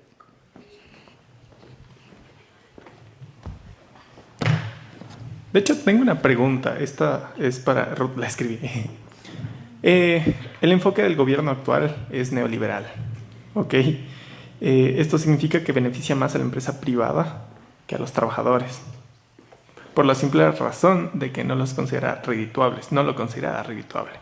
Entonces se podría decir que los derechos humanos no convienen al sistema capitalista. Entonces, ¿qué propuestas políticas de reparación hay en pro de la defensa de los derechos en una empresa? ¿Y cómo se podría mantener en un futuro dentro del sistema que no favorece al empleado? Perfecto. No sé si sumamos por el tiempo las otras preguntas. Chévere. Iván. Compa de Derecho, por cierto. Abogado integrado. Bueno, muy buenas tardes con todos, ponentes, mucho gusto.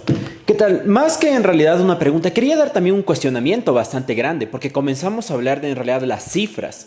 ¿Qué son estas cifras? Son procesos que estamos deshumanizando en realidad a las víctimas, porque desde que nosotros comenzamos los conflictos armados no nos enseñan en realidad a pensar a través de yo maté a un hombre, yo maté a una mujer. Es lo mismo en los casos de violencia, solamente vemos cifras, vemos números, y de esta forma no damos valor en realidad a las muertes, a las personas que están falleciendo. Y esto también funciona con la agresión. En nuestra cultura jurídica nos podemos dar cuenta que el lenguaje es un impedimento para muchas personas. Para un abogado que está inmerso en esta cultura va a ser sencillo hablar de en realidad una reparación. Pero ¿qué es la reparación? Es volver a dar lo que se dañó. En estos casos donde estamos hablando de en realidad vidas humanas, ¿cómo yo puedo entregar una reparación acorde a una vida? Entonces aquí es donde entra lo que el doctor también supo mencionar, unos lineamientos básicos para una verdadera reparación, ya sea integral, simbólica, es en realidad la no repetición, el derecho a la verdad y sobre todo el acompañamiento que se da a la persona. Porque ¿de qué me sirve en realidad hacer un monumento, un museo, una calle con un nombre si siempre se va a volver a hacer en ese mismo lugar una violencia? La repetición está dada también por la educación, porque cuando nosotros vemos los casos de violencia vamos a encontrarnos con algo bastante común. ¿Quién le tiene que explicar al niño que murió su madre? ¿Quién le va a explicar que yo estoy expropiando a una persona que ya no tiene cómo pagar los recursos? ¿Es que acaso el abogado también tiene que hacer esos procesos? ¿O es que el acompañamiento del Estado debe abordar también al trabajo social? Porque una vez que ya sucede el caso, ¿qué es lo que normalmente pasa? El abogado va y resuelve el caso. ¿Y luego qué sucede? ¿Dónde está en realidad la intervención del Estado? ¿Dónde está el aporte del abogado para resolver problemas? Porque una vez que nosotros subsanamos un caso de violencia, de machismo, de feminismo, queda ahí hasta que alguien más vuelve a abrir la herida. Y esta herida, ¿en realidad es una revictimización o es una forma de reparación? En este proceso podemos darnos cuenta de algo. ¿Qué es lo que busca el derecho? Al menos en su amplio más macro. Es la justicia, pero la justicia está dada a través de ¿qué? La venganza de ver al agresor toda su vida a través de la cárcel. Esta justicia en realidad es reintegrarlo a la sociedad. Esta justicia es sanar la herida que le dejamos a la persona, en este caso violentada. ¿O qué es en realidad la justicia? Porque muchas veces en la experiencia que podemos tener nos vamos a dar cuenta, el abogado solamente quiere resolverlo, no quiere en realidad solucionarlo. Nosotros no preguntamos qué es lo que quiere la otra persona. En la experiencia personal les puedo decir, cuando yo he tenido casos de una persona que tuvo una hija recién nacida, no quería ir a un juicio de violencia porque agredió a otra persona. Lo que quería era resolver este caso sin ir a las instancias legales. Vamos por otro caso igualmente. Cuando yo veo un caso de estafa, la persona no quiere la restitución del dinero que se le fue robado a través de una estafa, quiere venganza contra la persona. ¿Y qué es lo que hace el abogado? ¿El abogado es acaso el que tiene que asesorarle para ver la forma menos dañina de resolver el caso, o es aquel que solamente va a resolverlo sin importar la causa? Y en este proceso nos vamos a dar cuenta de algo, de que en realidad el Estado ya no tiene una influencia tan grande. ¿Qué es la reparación simbólica? ¿Es que acaso cualquier símbolo en realidad va a reponer a la persona? ¿O es que estos símbolos también van a tener un acompañamiento tal vez de los artistas, a través de la comunidad? Cuando yo daño en realidad a un pueblo, como del desplazamiento forzado en Colombia, respectivamente, nos damos cuenta de que hay símbolos, que en esta parte las personas que fueron violentadas son aquellas que van a dar la propuesta de la reparación.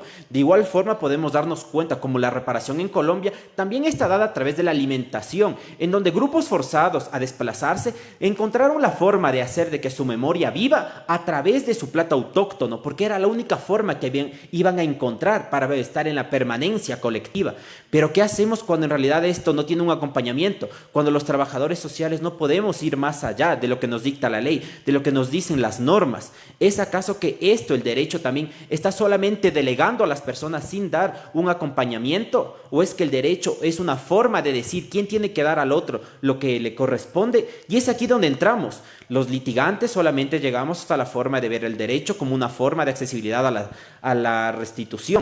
Pero ¿qué es en realidad el derecho? En lo que podemos ver de la base de la jurisprudencia es saber dar a la persona lo que le corresponde. Entonces, ¿qué es lo que le corresponde a una persona que ha sido afectada?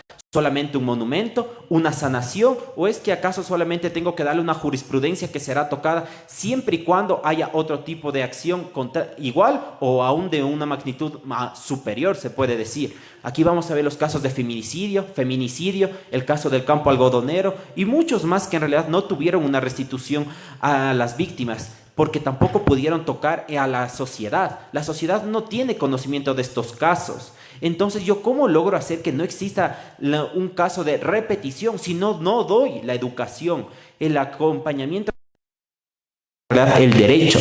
Muchas gracias.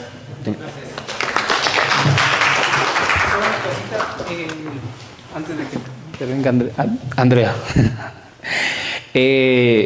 Hace unas semanas, justamente con Iván en una clase, estábamos conversando, me decía, ¿cómo el graffiti, no? Puede ser un mecanismo o cómo puede entenderse como una medida de reparación, ¿no? Exacto. Entonces, era como problematizar desde diferentes perspectivas justamente estas miradas que a veces uno dice, pero el graffiti, pero el bullerengue, pero el patrimonio cultural, ¿cómo puede ser reparación? Y es el desafío, ¿no? Ir construyendo.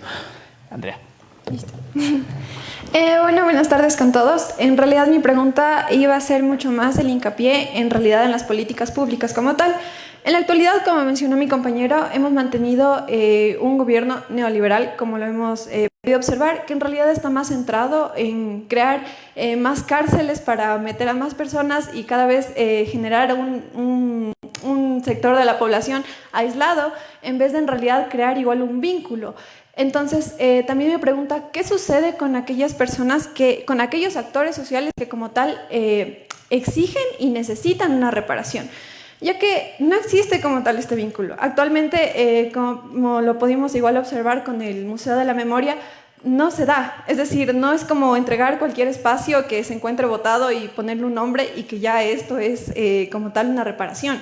Entonces, sí, mucho en ¿cómo sería o cuál es la importancia, el papel, igual de que exista como tal un feedback entre la reparación simbólica y el actor social al que va dirigido? Gracias. ¿Alguien más? ¿Quizá? ¿No? Bueno, vamos a hacer como más bien una ronda de sesión. ¿Les parece si empezamos por Daniela, como para poder generar una reflexión sobre todo lo que han dicho los compañeros y compañeras? Muchísimas gracias por sus intervenciones, sus participaciones son muy importantes. Y bueno, yo quisiera cerrar el espacio diciendo que todo tipo de forma de reparación no es excluyente de la otra. La reparación simbólica no es la única que debe darse, es parte, y por eso la reparación transformadora no es la única. La reparación integral conlleva muchas actividades, mucho trabajo interinstitucional, y en medio de ese trabajo interinstitucional, por supuesto que la opinión de las víctimas es trascendental.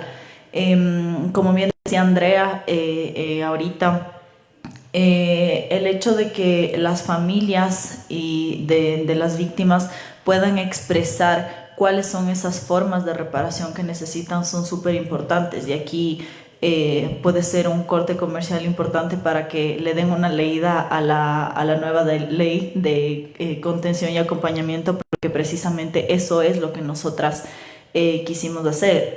La ley fue construida con muchas organizaciones de víctimas de femicidio, con madres y padres e hijos incluso que ya tenían su mayoría de edad, para lograr entender más allá de lo jurídico cuáles son las necesidades de las familias. Entre esas tenemos necesidades educativas, por supuesto. ¿Por qué? Porque los niños quedan en orfandad a los 3 años. Tenemos casos de niños que quedaron en orfandad a los 3, 5 años y más o menos hasta los 9, 10 no han vuelto al sistema educativo. ¿Por qué? Porque han tenido que cambiarse de ciudad, porque su abuela no tiene los recursos para que pueda cambiarse de institución educativa y muchas otras cosas, ¿no? Entre esas también están las necesidades de vivienda. ¿Por qué? Porque el femicidio ocurrió en la vivienda en la que estaban compartiendo. Y después de eso, ¿a dónde me voy? ¿Qué hago? Yo no puedo seguir viviendo en el espacio en el que se dio un acto así. Más necesidades de trabajo digno para las personas cuidadoras, que como les decía en su mayoría son las abuelas maternas. Trabajo digno para personas en su mayoría de la tercera edad. Estamos hablando de un promedio de 50, 55 años en adelante. Si ya para el promedio normal de trabajadores, y usamos el término normal cuando en realidad no es lo adecuado, es de 30 a 50 años en el mejor de los casos, y eso si ya tuviste un trabajo estable, puedes lograr jubilarte en tu mismo espacio laboral. ¿Cuáles son las oportunidades para estas mujeres que de la noche a la mañana tuvieron que responsabilizarse de la crianza de niños? Y además de eso, el acceso prioritario a créditos económicos dentro del sistema bancario, porque estamos hablando de una población prioritaria, de una población que tiene necesidades por encima de las necesidades de los ciudadanos que no hemos sufrido este tipo de violencias. Entonces, a eso vamos, ¿no? Ninguna es excluyente de otra. Hay la necesidad de la participación de las víctimas. Afortunadamente en la ley, y como siempre digo, en el papel lo logramos. Ahora estamos en la expectativa de cómo efectivamente va a funcionar desde el Estado todo este sueño que escribimos en la normativa, y a eso van muchas cosas, ¿no? También probablemente Ruth lo hablará desde el ámbito empresarial, pero ninguna se puede tomar como la forma de administrar justicia, como la forma de reparar. Esa fue la forma, esa fue la correcta, porque si no hacemos muchas maneras conjuntas, realmente no llegamos a nada.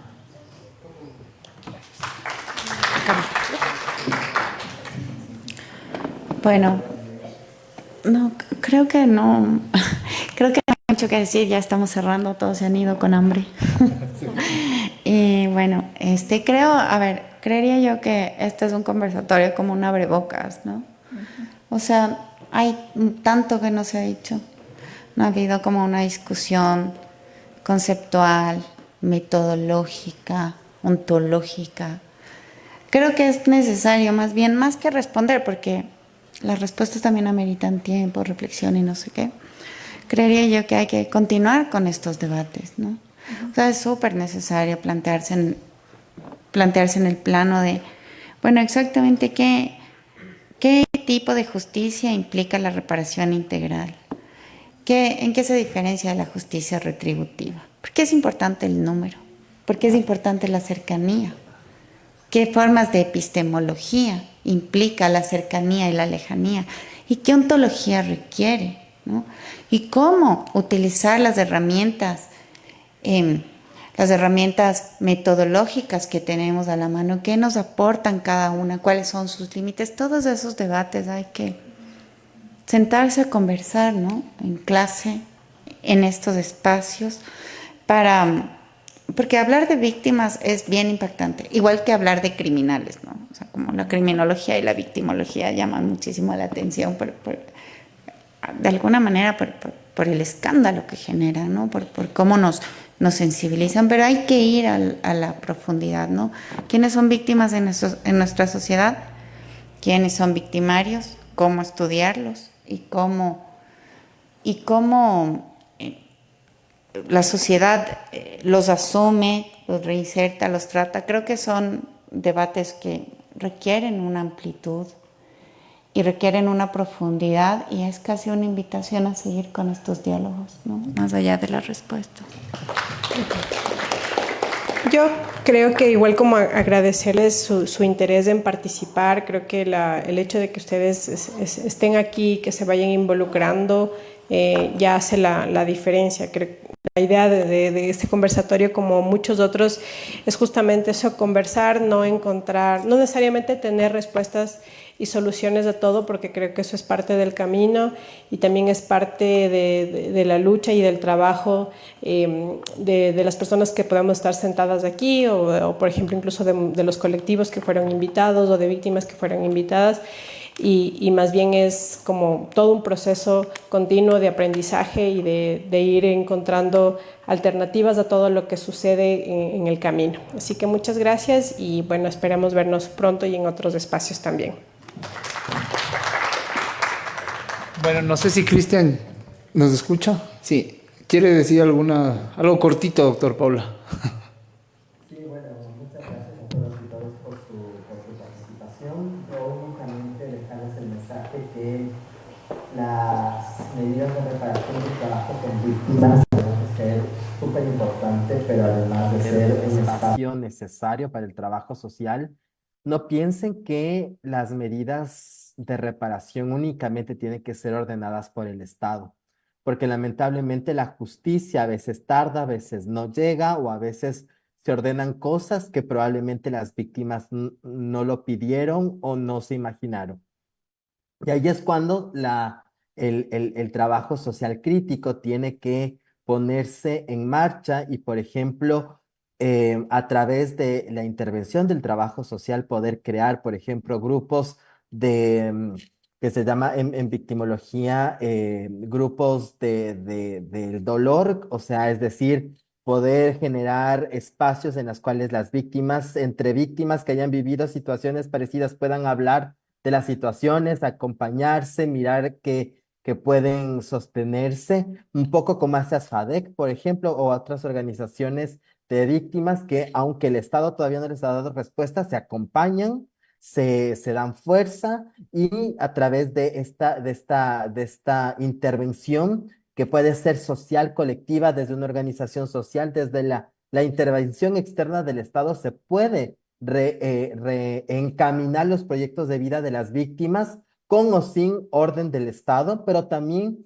justamente tratar de hacer de las víctimas no solo víctimas dolientes, sino también víctimas ciudadanas que no solo esperen del Estado un tipo de respuesta, sino que se mantengan vigilantes y que se mantengan activas y exigentes sobre una situación que están viviendo. Entonces, ahí hay un trabajo importantísimo del trabajo social, que es generar espacios, de generar mecanismos de contención, de hacer triajes, de hacer seguimientos y sobre todo tener en cuenta de lo que se puede hacer, no solo necesariamente parte de las decisiones judiciales, sino también lo que la creatividad y el trabajo con las personas y la escucha activa puede hacer en generar comunidad. Bueno, para terminar cortito, justamente son un ciclo de conversatorios de 10 encuentros durante el periodo académico 2024-2025 y la idea es, como decía Carla, seguir abordando estos temas, seguir discutiendo no solo desde el derecho, desde las ciencias sociales, desde la antropología, desde la psicología, que es lo que hemos intentado hacer en estas 4 mesas. Les agradezco a todas y a